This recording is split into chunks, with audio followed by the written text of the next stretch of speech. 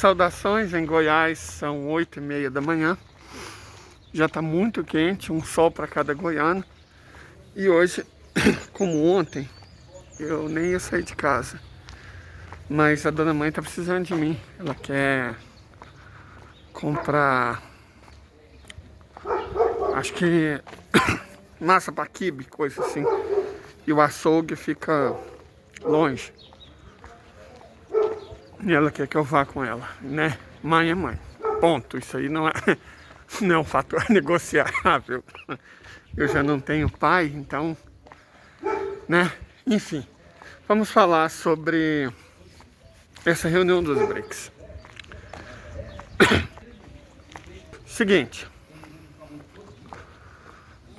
eu ando lendo muitas coisas sobre isso, sabe? Muitas coisas. A posição do Lula, cara, o homem é o homem. Ele é o cara, é impressionante. E não é porque a gente teve um mentecapto de inteligência limítrofe,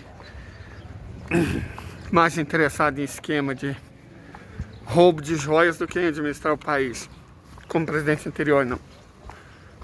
Não é isso. Peraí. Você sabe que eu gosto de flores. É outra coisa. A capacidade de articulação, a clareza nas ideias, a visão de mundo, a objetividade no enfoque, sabe, o pragmatismo nas ações. Cara, o Lula é o cara. Ponto. Sabe? Você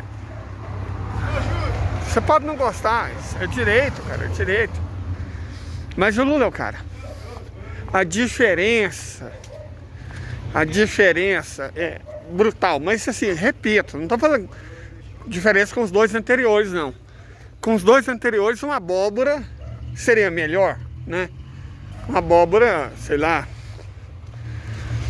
faria um serviço maior. Uma jaca de vez seria melhor em comparação com aquelas duas, né? Não é isso. Você compara ele com o restante. E aí eu quero começar por essa linha. Comparar ele com o restante. O Ramaphosa tem coragem. Ramaphosa tem coragem. E senso de urgência. Ele chamou todo mundo. Lógico que nem todo mundo foi. Né? Houve o bundamolismo. A Argentina.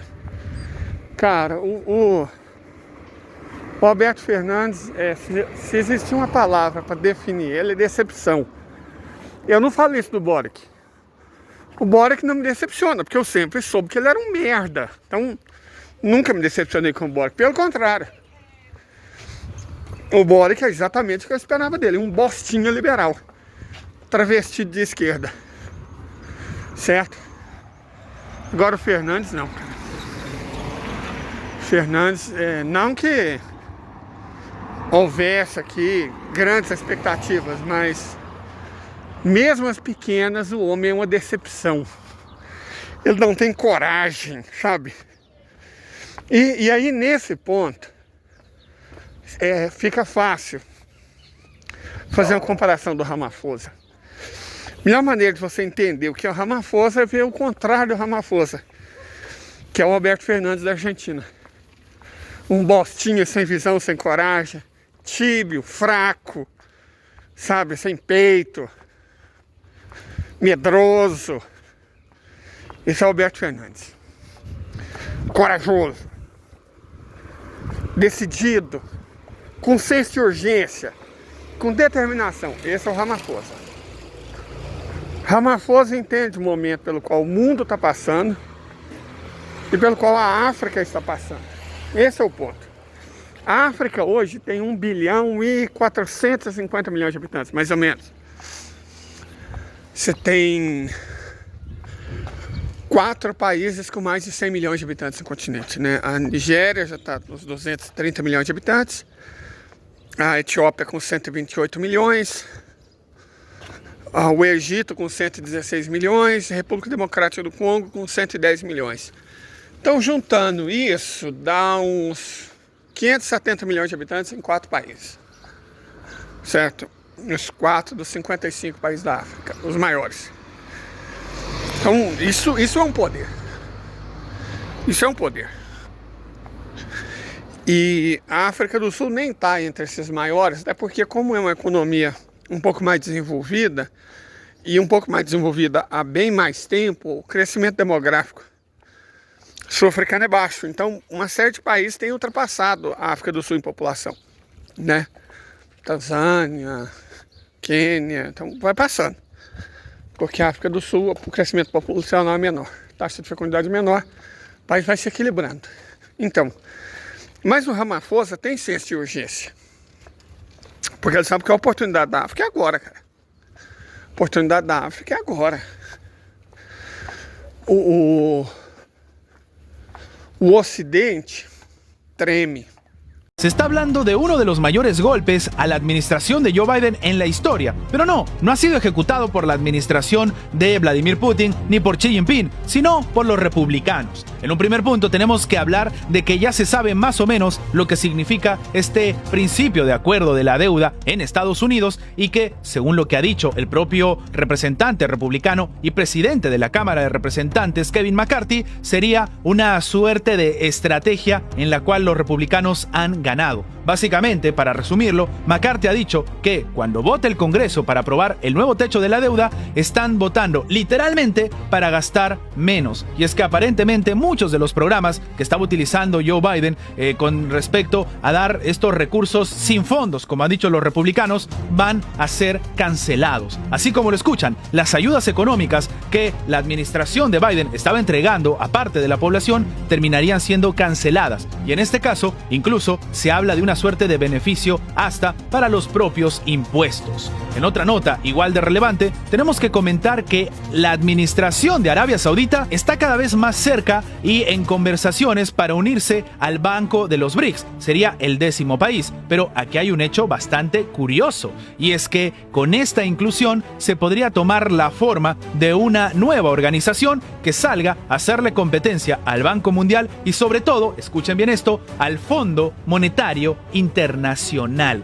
Así como lo escuchan, un contexto en el cual ahora los préstamos ni siquiera serían en dólares, sino incluso en monedas nacionales. Y obviamente, con este escenario, el Fondo Monetario Internacional está viendo cómo evoluciona la situación en esta conversación, que parece poca cosa, pero puede cambiar el escenario mundial. En otra nota, igual de relevante, se está generando cierta tensión con respecto a las palabras de un senador de Estados Unidos en territorio ucraniano. Literalmente, sus palabras fueron: esta es la mejor manera en la que el país jamás ha gastado su dinero. Estas y otras noticias vamos a ver a continuación. Antes de empezar, recuerda que tu like nos ayuda mucho a seguir creciendo, pero sobre todo, nos ayuda a que esta información llegue a más personas. Sin más que agregar, empecemos.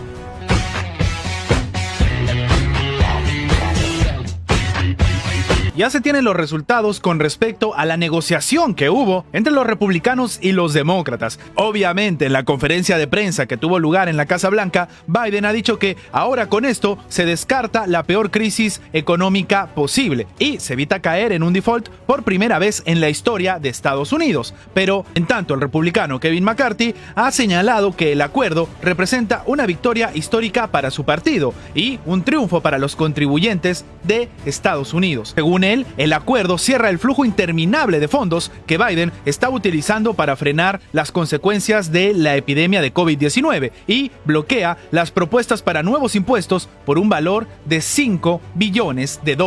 También ha dicho que el gasto descontrolado del gobierno se va a acabar y elimina $1.400 millones que se iban a destinar para contratar al nuevo ejército de agentes del Servicio Interno de Impuestos. Ahora nos vamos hasta Turquía, donde Recep Tayyip Erdogan ha salido al frente a dar su discurso por la victoria en la segunda vuelta en Turquía, un hecho histórico. Él mismo ha hablado de inversiones en transporte, energía e infraestructura, promesas para reconstruir zonas destruidas por los terremotos, críticas a la prensa de Occidente y planes para mejorar la economía. Estos fueron algunos de los puntos que abordó Recep Tayyip Erdogan ante los cientos de miles de simpatizantes congregados afuera del Palacio Presidencial de Ankara. El mandatario, como hemos comentado, ha ha criticado a los medios occidentales que intentaron derribar su candidatura con hechos tergiversados o mentiras. También perdieron, expresó Erdogan ante unas 320.000 personas. Ahora nos vamos hasta Arabia Saudita con una noticia inesperada, y es que este país está en negociaciones para entrar al Banco de los BRICS. Estamos hablando de la más grande potencia petrolera que podría terminar uniéndose al grupo de los BRICS. Esto también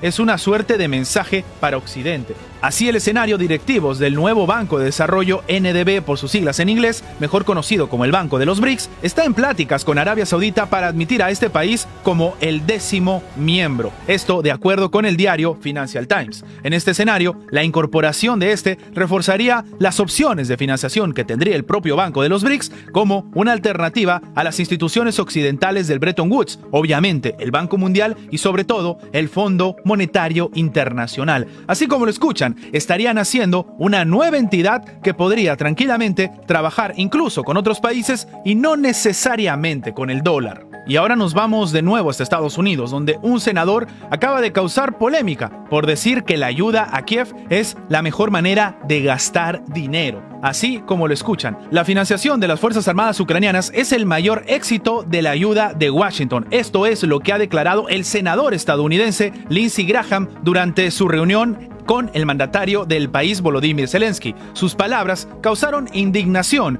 y provocaron reacciones no solo en las autoridades rusas, sino también incluso en el propio Estados Unidos. Tales declaraciones obviamente hicieron que el Kremlin lo califique, por ejemplo, de algo vergonzoso, un sinsentido, y que demuestra esta unidad o esta suerte de implicancia que tiene la administración de Joe Biden en lo que está sucediendo en Ucrania, a pesar de que continuamente dicen que ellos no son parte del conflicto. Obviamente, este tipo de situaciones lo único que hacen es tensar todavía más la situación entre Estados Unidos y Rusia. Y de nuevo, ha salido al frente la administración rusa, pero también la administración estadounidense a criticar este escenario.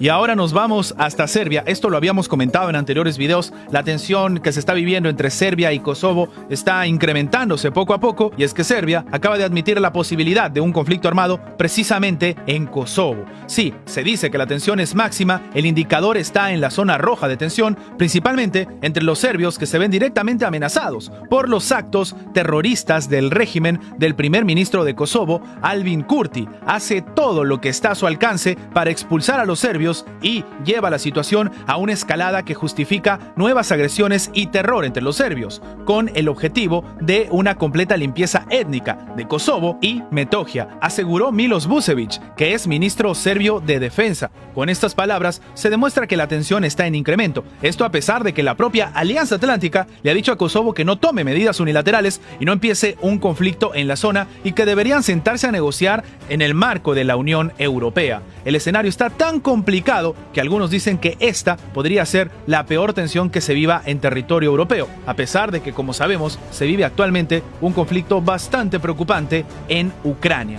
Estas son las noticias más relevantes de la geopolítica actual del día de hoy. Gracias a los que han llegado hasta esta parte del video. Recuerda que tu like nos ayuda mucho a que esta información llegue a más personas, y sin más que agregar, nos vemos en... O Ocidente balança. Para cair falta pouca coisa. One of the points he made is that the war in Ukraine, the war against Russia led by NATO, has crushed the European economy. The destruction of Nord Stream by the Biden administration, either directly or through proxies, is killing the German economy. And the German economy is the largest economy in Europe by far. And so the downstream effects of that, one NATO country effectively attacking another NATO country, are felt throughout Europe. And that's crazy. That's completely crazy. This war is hurting everybody, possibly with the exception long-term of Russia, and empowering everybody outside of Europe. The Gulf states, China, Turkey. So you're really seeing the world reset in response to this war. It's a little more complicated than Hitler versus Churchill, good versus bad. Democracy. It's really about a massive shift in power away from the United States and the West to the East. It's all happening right now. but very few people in our country seem aware of it. E é interessante que nós temos vários, evidentemente, não sou o único, longe de mim dizer que eu sou o melhor analista de geopolítica que existe aqui nessa rede social, de forma alguma. Mas eu não tenho errado meus prognósticos. Estou fazendo isso já há anos e não tenho errado meus prognósticos. Tenho acertado. Por quê? Não é que eu sou mais inteligente que os outros. Eu sou mais atento. Certo? Esquece o que a imprensa ocidental diz. Ponto. Primeiro passo. Esqueceu o que a imprensa ocidental diz. E aí ouviu que as próprias autoridades de cada país falam. Ouvi analistas diferentes. Certo?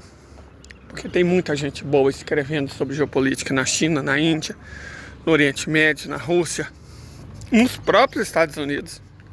Tem muita gente boa, impressionante. Nos próprios Estados Unidos tem muita gente boa. O fato de eles não ficarem sempre à vista da maioria das pessoas não quer dizer muita coisa. Fama não é um qualitativo de sucesso, certo? É igual escândalo, o maior escândalo. Escândalo não quer dizer nada. Escândalo é a disposição de cada imprensa nacional de escolher e pautar os assuntos. Por exemplo, Lava Jato foi um escândalo. Lava Jato foi um escândalo. Um presidente foi deposto, uma presidenta, né? E um ex-presidente foi preso e eles eram inocentes. Então, um escândalo não quer dizer nada. Escândalo quer dizer que a imprensa comprou a narrativa. Certo? Aí tem, tá, o Biden, o filho dele, atolado até o pescoço naquela bebida, naquela coca que não é preta, mas branca. E naquela pedo que é filia. Tem várias fotos, imagens, filmagens. E aí uma vez eu tava mostrando isso na rede social da sempre falou, mas isso não é verdade, é fake. Porque se fosse verdade, teria sido um escândalo. Eu falei, ô cidadão, ser escândalo não quer dizer que é verdade ou mentira, não. Escândalo é a disposição da imprensa em pautar o assunto. Certo? É um escândalo o fato da imprensa não pautar. Nesse sentido, o Ramaphosa, ele tem percebido um mundo diferente daquele que a imprensa mostra. Esse é o ponto. Gente, não vou mentir pra vocês não. É 8h30 e tá quente como o santo Deus. Santo Deus, tá muito quente.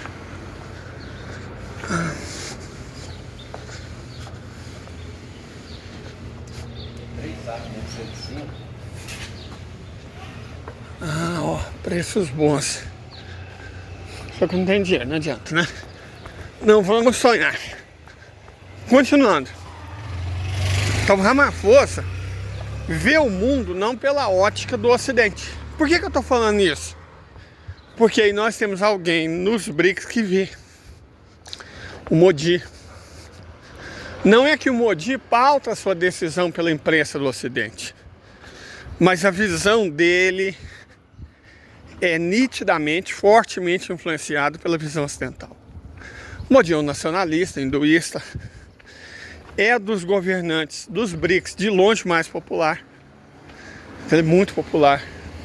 Talvez tanto quanto o Putin, mas ele é muito popular entre o próprio povo. Ele é odiado entre os adversários, mas é normal entre governantes muito populares. Putin, Lula, Modi, ou você ama ou você odeia. Você tem muito pouca gente neutra. No caso do Modi, isso é especialmente verdadeiro.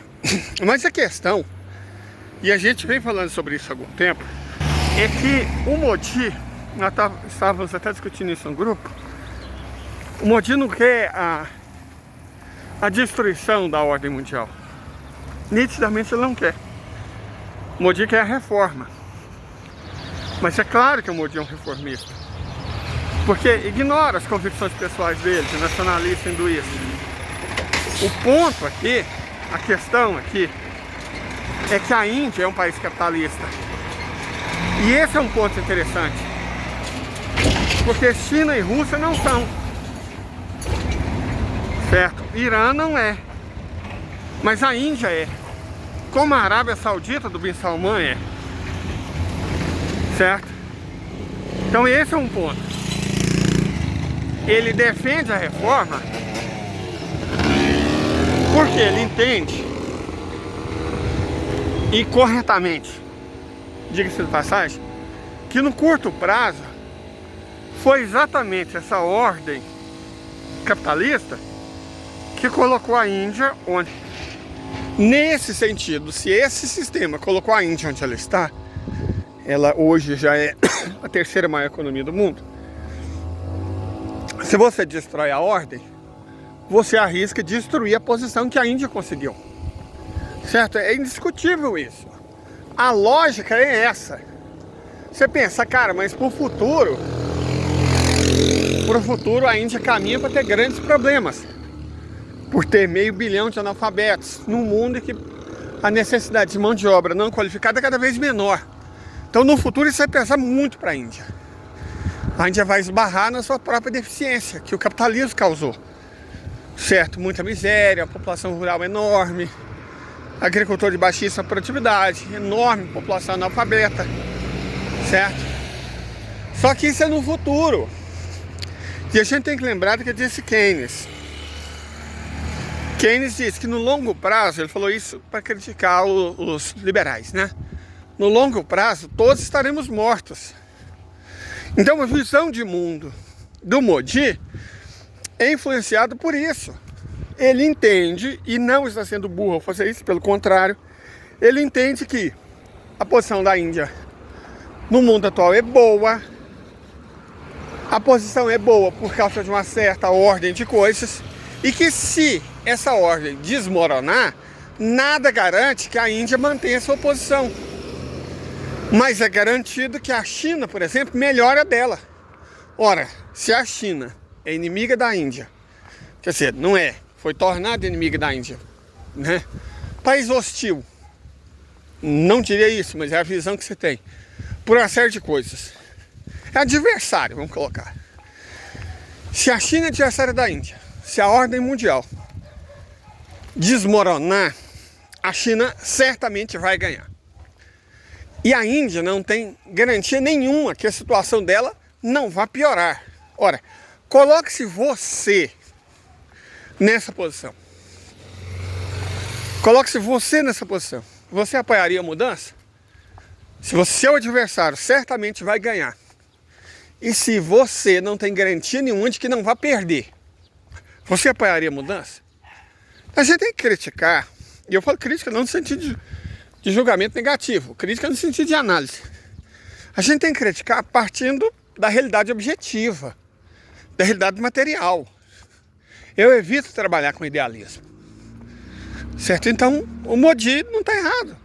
Você pensa, o Ramaphosa, ele está empolgado, ele está batendo duro, porque ele sabe que a África precisa.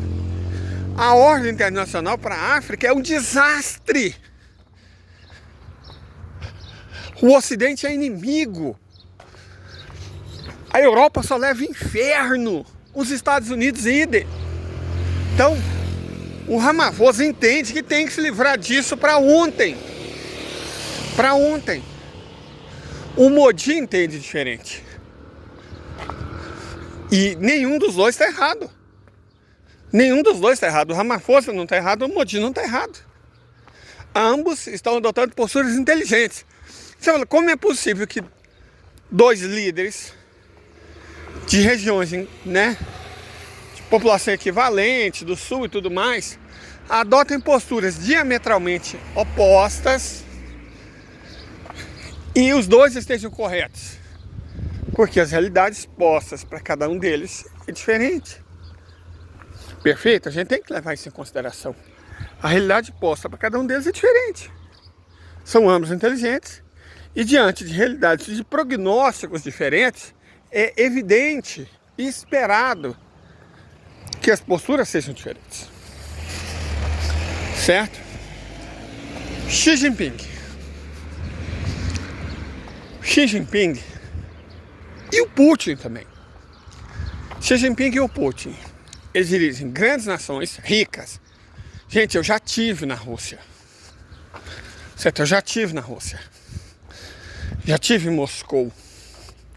Moscou é muito mais limpa do que Paris, é muito mais segura do que Paris, é muito mais tecnológica do que Paris. Moscou come Paris com farinha, inclusive em termos de beleza, mas isso a gente não coloca na mesa. Certo? A Rússia é um país rico, inclusive é a 5ª maior economia do mundo, ultrapassou a Alemanha. Certo? A Rússia é um país rico, enfia isso na cabeça, a Rússia é um país rico, onde as pessoas, de modo geral, vivem bem. A China ainda não é uma Rússia, mas não está longe. Não existe miséria na China. E ainda existe alguma miséria na Rússia. Certo? Enquanto a sociedade chinesa é espetacular. O nível de tecnologia é extraordinário. É uma... Né? Não preciso falar sobre a China, eu falei muito sobre a China. Tá óbvio que a China é. E tá óbvio que a Rússia é. Esses dois países tem um dístico chinês, né? Que diz o seguinte: no mundo com 3 atores principais, faça uma dupla. Se são 5, faça um trio. E essa é a situação. Certo? Na época da Guerra Fria, a China fez a parceria com os Estados Unidos, né? O acordo Mao Zedong-Nixon. 20 anos depois, nem foi isso. Questão de 10 anos. A União Soviética foi pro saco. Agora a China está fazendo uma parceria com a Rússia. E os Estados Unidos estão indo para o saco. Eu sempre vejo muita gente com dificuldade enorme de aceitar isso. Que os Estados Unidos estão indo para o saco. Já era para vala. De arrasta. Estados Unidos, cara. Ah, mas não vai acontecer. Deixa eu até mostrar para vocês o vídeo de um analista aqui. O cara tem uma visão boa, tal, mas fala, não, os Estados Unidos não vai acabar, os Estados Unidos não vai deixar de ser. Vai acabar e vai deixar de ser, sim. Falta coragem. Falta coragem na análise geopolítica. Falta coragem. Certo? De entender que os Estados Unidos estão no mesmíssimo caminho da União Soviética e vai ter o mesmo fim. A história, gente, ela não é feita de particularismos, não. O que aconteceu uma vez, caso a situação seja análoga, vai acontecer outra e outra e outra. É assim que funciona. Então, a mesma circunstância que levou a União Soviética para o ralo, está acontecendo com os Estados Unidos. Então, as pessoas têm que começar a aceitar que os Estados Unidos já era. Deixa eu colocar um vídeo. A questão da Índia e do Modi é o seguinte. A Índia é um país capitalista. É capitalista industrial. Na Ásia tem país socialista industrial, né? Tem Irã, tem Rússia, tem China. Mas Índia, Arábia Saudita, Indonésia é capitalista industrial. Tem uma diferença muito grande. Certo? Que tem que ser levado em consideração. É nesse sentido que o Modi se insere. Ele representa um país capitalista. Uma potência industrial, sim, mas essencialmente um país capitalista. Representando um país capitalista, não faz sentido para ele apoiar o fim do capitalismo. Nenhuma análise pode ignorar isso. Pronto. É de interesse da Rússia. Несмотря на, прямо скажем, пессимистические прогнозы, которые звучали, да и до сих пор порой звучат от некоторых экспертов, прежде всего, конечно, западных экспертов, Россия по итогам 2022 года, вот несмотря на все эти прогнозы, Россия вошла в пятерку крупнейших экономик мира. И по данным Всемирного банка, Российская Федерация вышла вперед, обогнала Федеративную Республику Германия. 100 años. Estamos viviendo 100 años de historia hoy y asintió Vladimir Putin. Eso es real. Es decir, hoy tenemos un nuevo G2 entre Rusia y China y dejaron aislado a Estados Unidos. Perdió.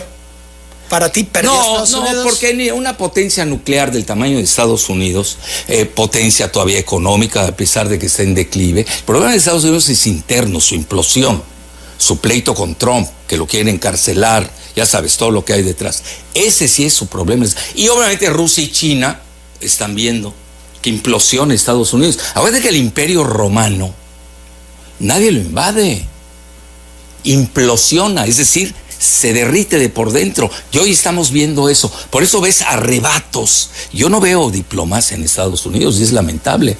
Imagínate, yo hasta pido que lo rescaten. Claro, decías. Porque estoy viendo la estabilidad estratégica, que es un concepto de geopolítica. Es una clase que yo doy. En estabilidad estratégica son los tres grandes: Rusia, China y Estados Unidos. Entonces, ve cómo era el mundo antes. Cuando Estados Unidos se une a Mao Zedong, en la década de los 70, ahí pierde la URSS de facto. Lo ves 20 años después. ¿Te acuerdas, no? Fue un G2 de Estados Unidos y China. Luego, ¿qué proponía Brzezinski, el asesor de seguridad de Carter? Un G2 contra Rusia, de China y Estados Unidos. Luego viene Kissinger, propone un G2 diferente, de Rusia con Estados Unidos contra China. Y al final resultó que hay un G2 de Rusia y China y no es Estados Unidos. Se quedó aislado Estados Unidos. 8:53. Y luego tienes la cuestión acaban de reconciliar, lo cual era inconcebible y milagroso, a Irán y Arabia Saudita, gracias a la lubricación diplomática de China. Es decir, sacas a Estados Unidos del Golfo Pérsico. ¿Tú sabes qué es eso? ¿Para qué te sirvió tu guerra de Irak, tu guerra de Afganistán? Al final del día perdiste. Hoy el país más poderoso del mundo es China. No, yo no lo pondría así. Mira, es que depende en qué rubro lo manejas. Por ejemplo, si ves tus reservas de divisas y oro, sí, China. Depende. Me hablas de misiles hipersónicos, Rusia. Estados Unidos, ¿en qué está bien? En computación cuántica. En lo demás atrasado. Pero todavía tiene el dólar. Por eso te dije que lo del yuan, la yuanización que maneja Putin, dice, en mis tratativas comerciales lo haré con Latinoamérica, ojo, Asia y África. Escucha bien, este es un golpazo, porque le estás pegando en la hegemonía más fuerte que tiene Estados Unidos. Y otra cosa, este domingo, adivina quién va a China 4 días, acompañado de 240 empresarios. Lula da Silva, Brasil, el gigante de Latinoamérica. El mundo se movió, y si no lo vemos aquí, bueno, pues I am sorry. 8:54, ¿qué va a pasar con el dólar? El dólar va a seguir, sigue manejándose más del 60% de los intercambios, va a disminuir paulatinamente su poderío, y eso se va a reflejar por los intercambios, es muy fácil verlo. Hoy los BRICS, los famosos BRICS, Brasil, Rusia, India, China, Sudáfrica, ya superaron en Producto Interno Bruto al G7. ¿Te acuerdas del G7 como hablaba? Ya están arriba de ellos. Pues obviamente tú ves los intercambios. Yo lo que veo, vamos a entrar a una balcanización de divisas, regional. Divisas muy poderosas. China, ya veo que hasta Rusia ya se yuanizó, ¿no? El yuan muy poderoso. ¿Esa va a ser la moneda del mundo ahora? No, yo diría de ese bloque, de esa parte. Por acuérdate, yo parto de la hipótesis que el mundo está fracturado. Sí. Es real. Eso no hay que perder el tiempo, Y en Estados Unidos va a seguir el dólar, se va a comer al euro. Ojo, Acuérdate que la gran perdedora es la Unión Europea. Bueno, si no, no estaría cayéndose hoy Deutsche Bank y hace una semana Credit Suisse. Y eso te lo dice alguien que es francófono y francófilo. Por eso aquí no tienen que ver mis sentimientos, estoy analizando. Entonces el dólar va a seguir.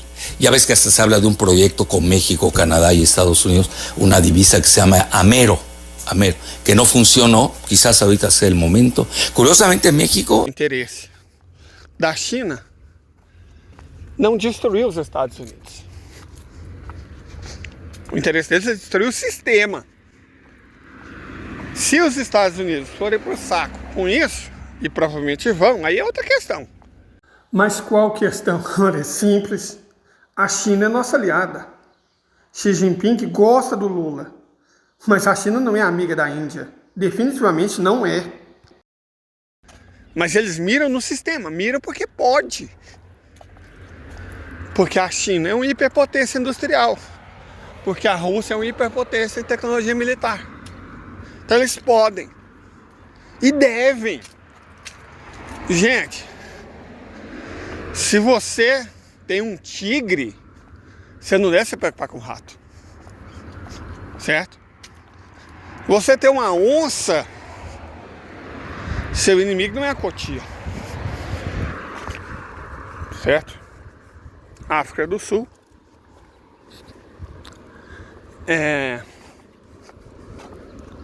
Uma jaguatirica.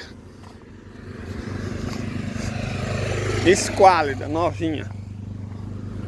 A Índia é uma jaguatirica forte. Mas China e Rússia são onças. É outra lógica. O jogo do Putin e o jogo do Xi Jinping é outro. Está no outro nível. Está numa ordem de grandeza acima. Como os russos gostam de falar. Então, a atitude do Xi Jinping, que tem sido corajosa, e a do Putin igualmente, né, representado pelo Lavrov, enquanto o Putin não está. Para não criar constrangimento para Ramaphosa. Essa palhaçada da ordem de arresto da Corte Internacional de Direitos Humanos, aquela que nunca põe nos Estados Unidos nem Israel. Para não criar constrangimento. Enquanto isso, ele está metendo a madeirada na Ucrânia, sem dó e sem piedade. Agora, e o Lula? A gente tem que entender, a primeira coisa, tem que ficar claríssimo, é que o Bolsonaro destruiu a imagem do país. Não é prejudicou, não, ele destruiu a imagem do país. Na verdade, tudo que o Bolsonaro tocou, ele destruiu. Acho que isso é mais ou menos evidente. Não é possível que alguém aqui tenha alguma ilusão com aquilo. Ele destruiu a imagem do Brasil no exterior. Ele e o Temer destruíram as nossas fontes de riqueza. O Temer entregou o pré-sal de graça. O Bozo, ao que tudo indica, o Bozo, ele entregou a refinaria por joias. Sabe? Nós estamos falando desse tipo de gente, desses dois últimos governantes que foram uma tragédia, uma lástima, um nojo, um asco, uma vergonha. Eles destruíram a imagem do nosso país. Então não é que o Lula tem que seguir, não. O Lula tem que conseguir, em 4 anos, fazer voltar ao que era. Já é um avanço. Qual que é a importância do Brasil no mundo? O Brasil fabrica ração, ingredientes, não fabrica ração, fabrica um ingrediente de ração para porco. Que é para isso que soja, milho, caroço, algodão e soja serve. Ingrediente para ração para porco. Nossa, que importância no mundo, né? Aí a gente produz proteína animal, ok. Eu não sei se vocês sabem, e os dados não são tirados do Dataku, não. Falstat, o órgão da ONU que mede isso. Só em pescado, a China sozinha produz mais que o Brasil em todas as carnes juntas, só em pescado. Então não vamos superdimensionar nossa importância, não. Vamos aos fatos. Fato, estudo do Banco Mundial, em pescado, só pescado. A China produz, não é aquela pesca, não, ela produz. Em pescado, a China produz mais do que o Brasil em todas as outras carnes. Todas. suíno, bovino, aves, jumento, cavalo, carneiro, cabra. Juntar tudo, tudo. Juntar tudo. O Brasil não consegue produzir o que a China produz só de pescado. E aí, camarada? O Brasil não é importante. Graças a Fernando Henrique Cardoso e a Lei Candir, nós destruímos a nossa indústria. Graças a Temer, nós entregamos nosso petróleo para estrangeiro. Graças a Bolsonaro, nós destruímos o que restava da nossa capacidade industrial. E se deixar por conta das fadinhas da floresta, do verdismo mongueiro, a gente vai entregar também o petróleo da Foz do Amazonas. Eu não sei se vocês se lembram quando eu falei que esse pau-brasil é diferente. Olha lá. Você pode ver que tem uns pés que já estão floridos, pau-brasil lotado de flor, e tem outros que não, certo? Tem outros que não. Tem pau-brasil florido e pau-brasil que não. Por isso que eu acredito, desconfio. Nossa Senhora.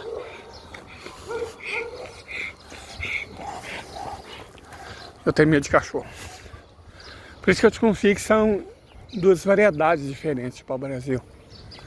Mas de toda forma é isso. O serviço que o Lula tem diante de si, a tarefa é hercúlea, é descomunal. E ele tem saído muito bem. Ele tem saído muito bem. Eu vou ver se eu acho aqui um resumo das posições dos três, né? E vou colocar aqui. De toda forma, eu já estou chegando. E como eu disse, eu vim dar uma mão para minha mãe. Nesse sol quentíssimo. Tá muito quente. Então vou ver se eu... Acho que eu vou ter que ir sozinho. Não sei se a minha mãe dá conta desse calor. Né? Tá seco, tá tudo mais. Mas é mãe. Enfim, eu espero discutir isso hoje na live. Hoje nós vamos ter uma live. Eu não gosto de fazer live quando eu não tenho nada para discutir, sabe? Ontem, a minha saúde é um negócio complicado. Eu tenho transtorninho, né? Já falei sobre isso.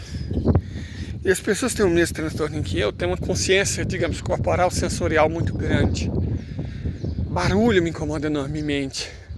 Luzes me incomodam enormemente. E eu sinto os efeitos colaterais de medicação e vacina mais do que as pessoas normais. Então eu sofro, sinceramente. Braço doendo, enjoo, dor de cabeça. E ainda continua assim, mas né, é mãe, o que tem jogo aqui é mãe. Mas hoje eu vou estar bem e nós, com a graça de Deus, vamos fazer uma boa live. Espero contar com a presença de todo mundo. No horário de sempre, 8h30. Até lá.